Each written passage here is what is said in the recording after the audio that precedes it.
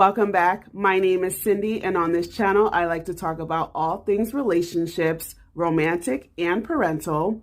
I usually drop a new video every Monday, so be sure to tune in on Mondays for my relationship tips. But in this video, I will be reviewing Married at First Sight, Season 12, Episode 16. So be sure to like this video, subscribe, and click that notification bell.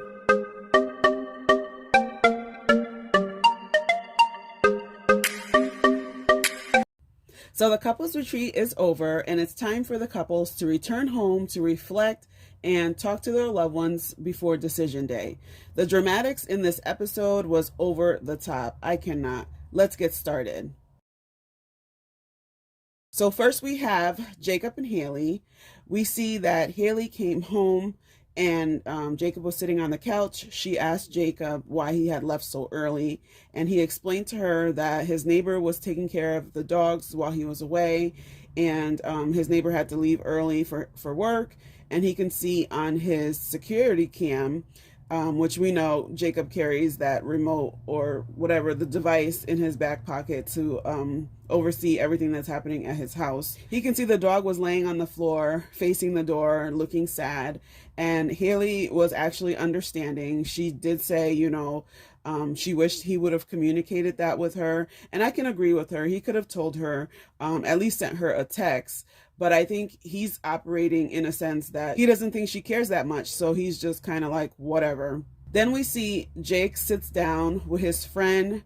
He was telling his friend that he feels like it's been an interesting, bizarre, and frustrating experience. But he is unsure about what will happen on decision day, because Jacob actually does like Haley. He doesn't like the way she acts sometimes, but I do feel like he's willing to put in the work. And if she could just meet him halfway, I think they could have a pretty decent relationship, but who knows? Then we see Haley sit down with her friend at the bar. Haley was telling her that it's been a long process, and at times she felt like running, but she did mention that they've had some good times. She said that some days Jake wakes up fine and other days he's not. And I'm not sure what she really meant by that. I don't know if she's saying that he just tends to wake up on the wrong side of the bed or what's happening there. But her friend asked her about red flags. She said she finds it strange that Jacob is 38 going on 39 and he's still single, never been married. And the way that he talks about his past is weird to her because he hasn't done much. And I'm wondering, what exactly is it that she's looking for? I feel like most people in their 30s are just either married with kids trying to take care of their family, or they're just working and dating. I don't know what she's looking for exactly, but I'm guessing she's hoping that he would say that he's gone on several adventures and, visited this place, did that. But that's not him. He's a chill guy. He goes to work, he comes home, and he makes his house what he feels it should be so he can be comfortable at home. She also said that she doesn't understand his humor. And then the friend asks about what are the good things about Jake. Haley said that he's loyal, he's a good guy, and the fact that he did this process shows he's willing to come out of his comfort zone. And even though things got really intense, he never left. So that's something to be said. And her friend was like, well, what if he were to ask you, once the cameras go away, to try to work on things? And Haley said, who knows what can happen? But it's like, in my mind, I keep thinking, girl, you can't wait to say no on decision day and never see Jacob again. But I mean, in this episode, they were getting along. Then we see that for their last date night, they go out to dinner. Jake, of course, has his steak. Jacob asked the question along the lines of, what are you going to take away from this process? And here Haley goes talking about she feels like she's been communicating better. She's able to express her feelings, and she's taken what the experts have said and really thought about it. I mean, I don't see that much of a difference in her communication style, but, there is a lot that happens that we don't see on camera. So maybe that's what she's talking about. And Jacob's response for that question was, he's been able to learn patience under pressure, and he's come to the realization that his fashion sense is a little off, But overall, they had a good dinner. There was no fighting. They both said that they are nervous for decision day. I'm not sure why the nerves are coming.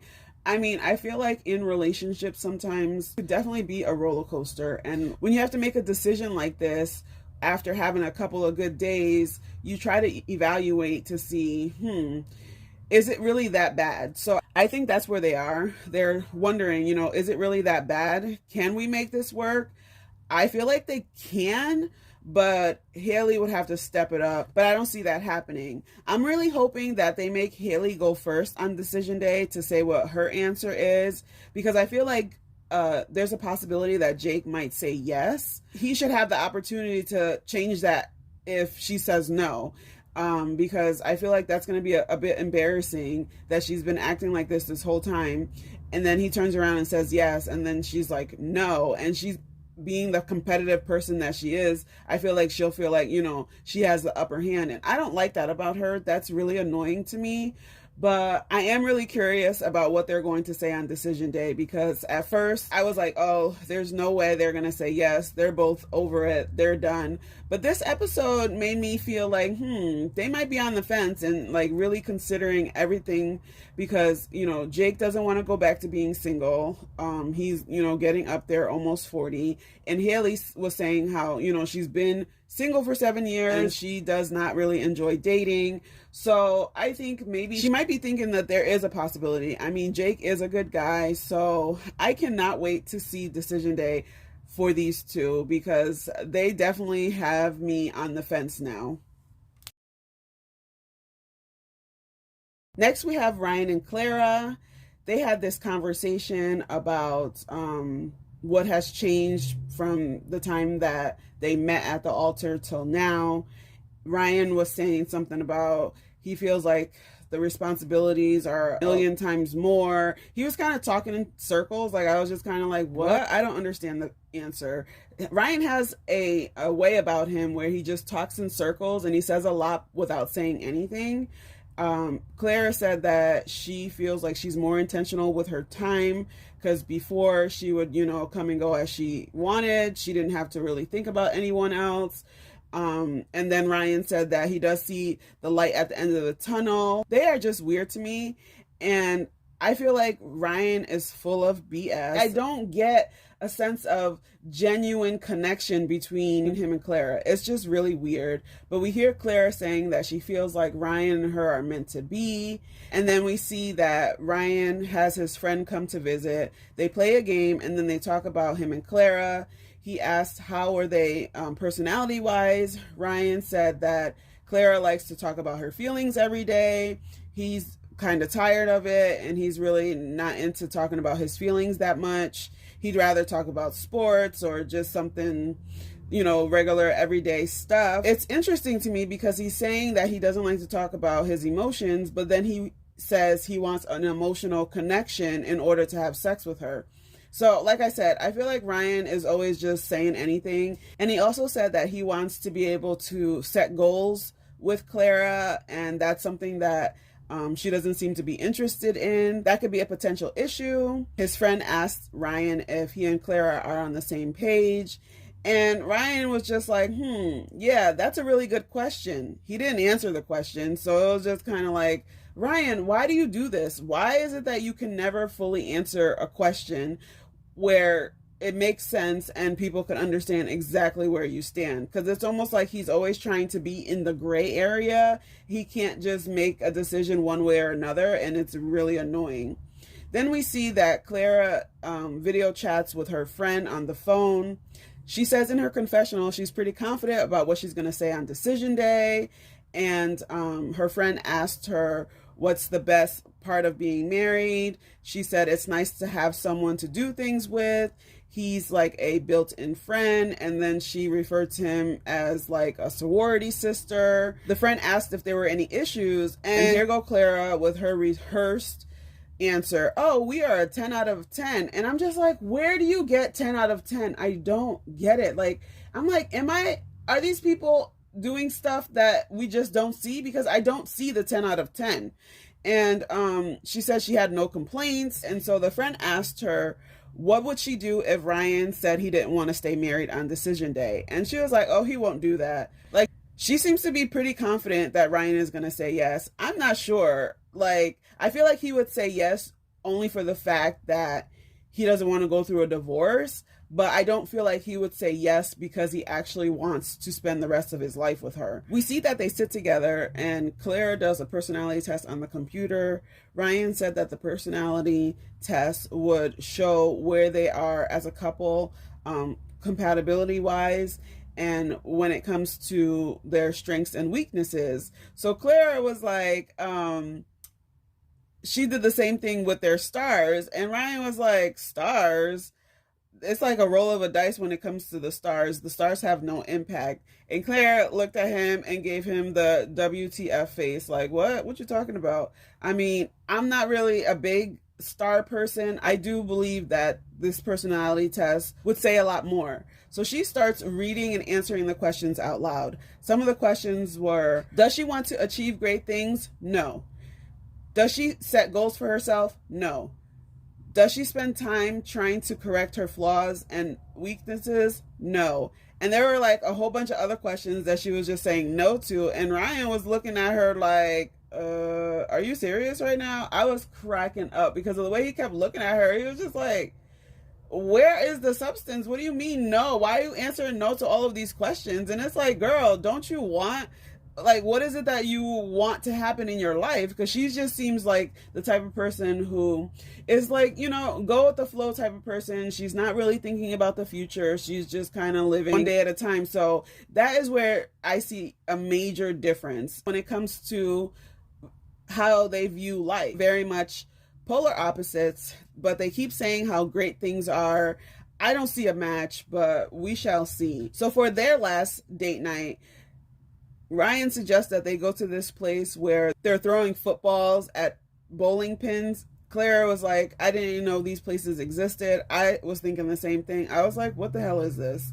But of course, Ryan would come up with something weird like this. He was throwing the football mad hard, and she was just like, are you okay? And in his confessional, he was like, basically, he's trying to release the stress of the week. So low-key, he's feeling some type of way, but he's not really communicating that to Clara, and Clara doesn't really communicate how she really feels to him. So they're both just a hot mess. They sit down after playing the game to have a bite to eat, and Ryan asked her, you know, what has been the best part of them being together. And here go Clara saying that they are two pieces that fit in a puzzle perfectly. And then Ryan said that they have had this unique bond due to this shared experience. He wouldn't want to do this with anyone else.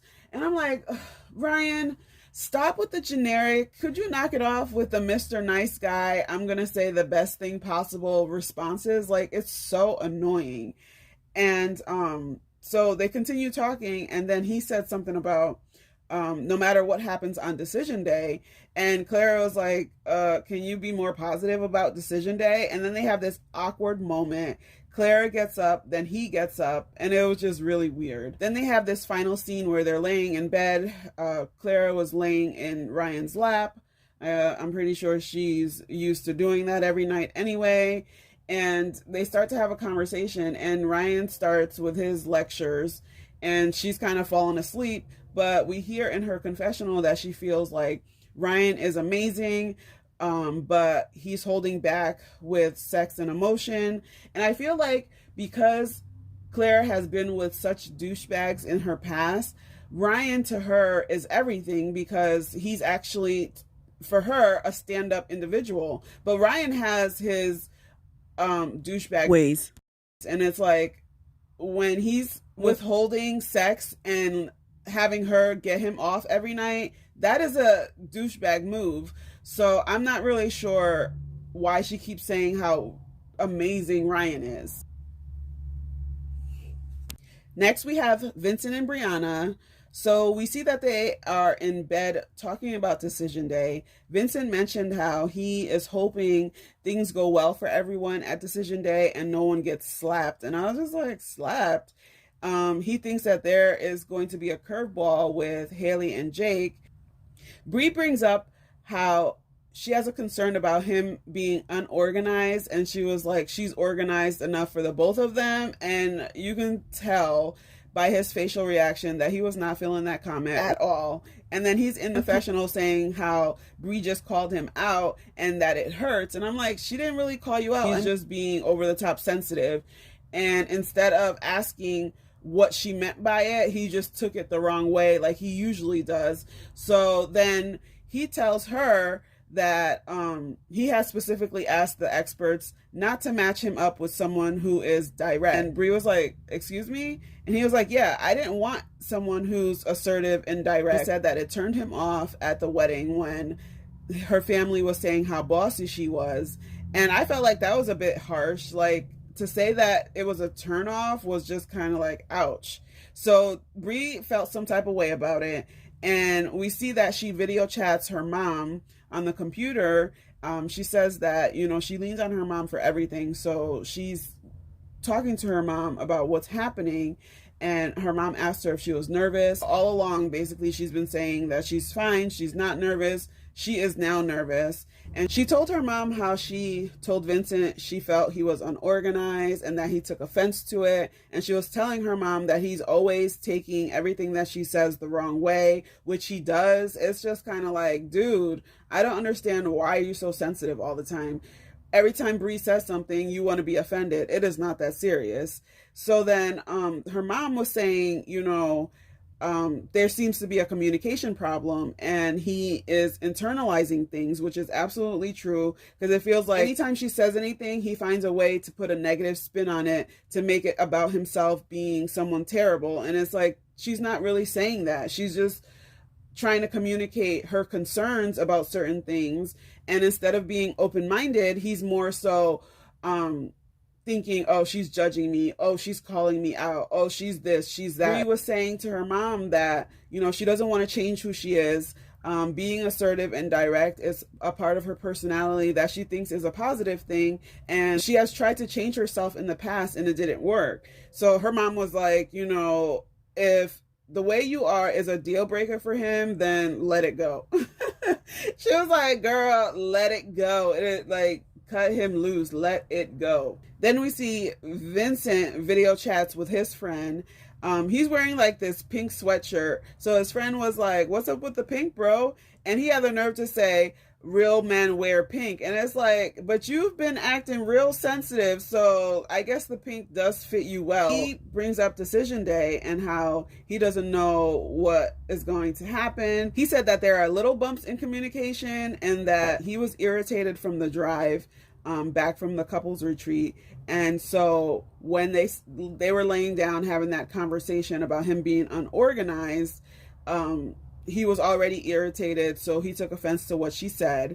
And his friend was like, don't you want someone who is direct? And he said to his friend, no, because he hasn't gotten along with people like that in his past, so he doesn't really find that basically attractive.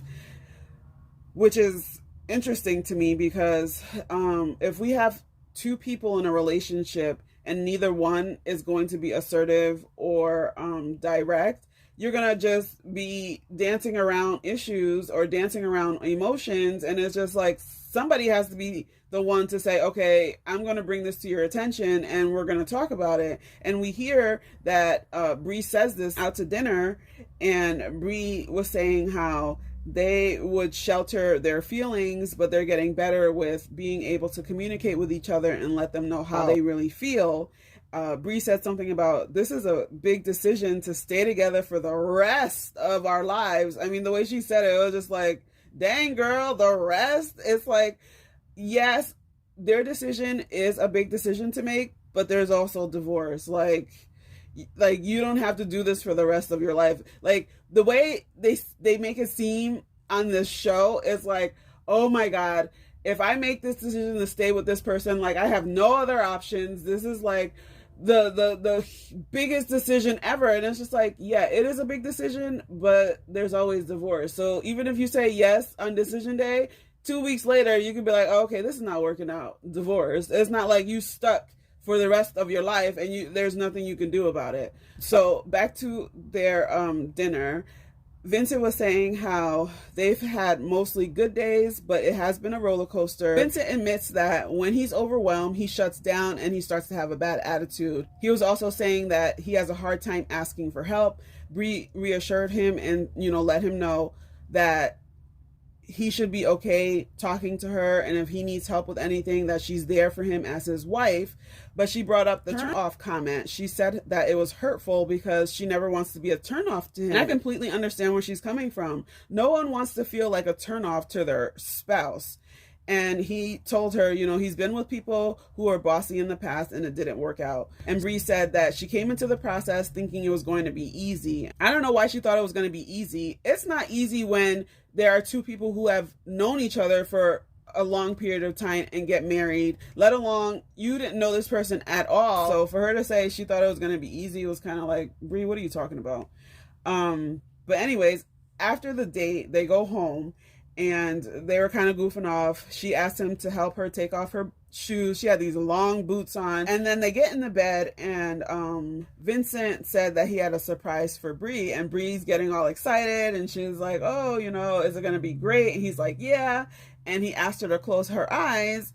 And he took out a pair of scissors and cut one of her braids. And I was just like, what? So she opened her eyes and she was like, what is this? And he was like, well, you said you wanted to take your braids out. She was like, yeah, but I wasn't saying right now in this moment I wanted to take my braids out. And I'm wondering, why the hell did he think that was funny or cute or cool or whatever? It was just like, dude, that was not cute at all. That was very annoying and immature. And I would have been mad because it's like, what do you think you're doing? And so it was like an awkward moment between them. And then the next morning, when it was time for them to depart from each other to spend that, last night away from each other before decision day, he said something along the lines of, it was nice knowing you. And he walks out of the apartment. So I'm not sure if it's the editing or if Vincent is just tripping, because I'm like, what are you doing, bro? Like, it was very weird. So I guess we'll have to see what happens on decision day. And last, we have Eric and Virginia. I just want to start by saying I feel like they are the most dysfunctional couple this season. Like, their highs and their lows are just out of this world, team too much. Because it's like, they keep saying how they have this instant attraction, instant connection. But at the wedding, when I was watching the wedding, I felt like Eric was completely overwhelmed by Virginia's energy and he was just trying to hang with her. They keep saying how they've had this great connection from the beginning and all this stuff. And so they have this conversation and Virginia was saying that they're getting better at making up quicker after they fight, which is annoying to me. I don't want to be always fighting with my spouse just to make up. I know there are some couples who enjoy the fight and, the makeup afterwards is amazing. But for me, I'd rather have a healthy relationship where we're not fighting all the time. Yeah, there's going to be some disagreements, but to be fighting every other day or every couple of days, it's just draining and exhausting. We see Eric video chats with his friend. Immediately, Eric is saying he knows why they were matched and he's the luckiest dude to have Virginia. It's like, Eric, what are you talking about? You guys are totally opposite. Like, she is a party girl and you're this conservative, uptight dude. So I'm just like, how are you guys the perfect match? I just don't understand. And then he said that they are similar in starting a conversation, and bringing up the issues, but not really resolving the issues. And then, of course, he brings up her childhood, and he acts like Virginia was raised by wolves. It's like, yeah, she came from a broken home, but she's a pretty, decent person. She was able to be independent and take care of herself. So he's like coming in to save her or something. It's weird how he keeps bringing up her childhood. And he was saying how, there's a lot of stuff in her childhood that he's never had to deal with. And then he tells his friend that he's usually passionate about what he has to say, so sometimes it comes off the wrong way. And they do a series of flashbacks of Eric being an ass, basically, talking to Virginia like he's her dad, and just doing the most. And it's like, I do understand that his tone is off a lot of times what he's actually saying isn't so bad, but the way he says it is just like, I'm the father, you're the daughter, you need to listen to me. No wife wants that. So he admits that, you know, he gets flustered and he starts to talk in a way that is probably not necessary or acceptable. And he says how it bothers him that he is not her number one person, and he doesn't even feel like he's her best friend, and he feels like he's going to get blindsided at decision day. Then we see Virginia's boyfriend comes to visit. Does this girl have any female friends? I swear, it's like, even when they had the time where the friends came over, she was the only female there, all the dudes. And I'm like, you don't have any female friends? Like, what's going on here? So they sit down and start talking, and Virginia starts telling him how she went from being so single to married, and it's weird. He asks, you know, has it felt natural? She says that they have normal marital issues and that they're both very emotional people. So it's hard to see the light with all the fighting because it's never ending. It's a circle of fighting, making up, fighting, making up. And her boyfriend didn't have much advice. So to my surprise, she actually called a female friend on video chat, which was like, wow, I didn't even think she had female friends at all. But she tells her, you know, everything was great in the beginning, but they've had a regression, and how she wants to be able to go out and party. She wants Eric to come with her, but if he doesn't want to come with her, she wants him to be okay that she's going out. And it's like, this partying thing is, I don't understand why this is still a conversation. Virginia is very immature to me. She's not ready to be married. I don't know why the experts picked her. She's not ready to let go of her independence. She's not ready to stop drinking. She just wants to have a good time, because we all know she loves the bottle, and it's like she is ready to do whatever it takes just so she'll continue to be able to drink with her friends. And I'm like, girl, what are we doing here? So they go on a dinner date for their last date night, and Eric was showering Virginia with compliments, and he started to get emotional, letting her know that he really loves her and that he wouldn't want to be doing this with anyone else. And so Virginia, of course, she brings up the standards of marriage that he has, and Eric told her that he doesn't have mistrust in her, but he doesn't want to be disrespected. Then all of a sudden, the tears dried up real quick, because he started to let her know, listen, I don't need you to be disrespectful. And like, once again, he's talking to her as if it's his child. So he was like, you know, there's a couple of things. And Virginia, she was like, oh, maybe you should make me a list of those things. And I really do feel like Virginia it's like she's rebelling, and she says things to like get him even more upset, because she didn't have to say that. And so saying how he never loved someone so quickly. And then Virginia asked him if he believed in soulmates. So he was like, yeah. And she was like, well, I'm pretty sure since you've been married before, you probably thought at some point that she was your soulmate. And he was like, yeah, I did, but I was wrong. What do you guys think about soulmates? Do you believe in soulmates? I mean, I feel like there is such a thing as soulmates, but it really comes down to the two people in the relationship and how committed that they are. Because if two people are fighting for the relationship, you can create a soulmate situation. I don't necessarily believe that the universe will just bring two people together and they're going to magically make everything work. So comment below. Let me know what you think about soulmates. Let me know what you think about decision day. Who do you think is going to say yes? Be sure to join me here next week. Don't forget to subscribe, and I will see you in my next video. Bye for now.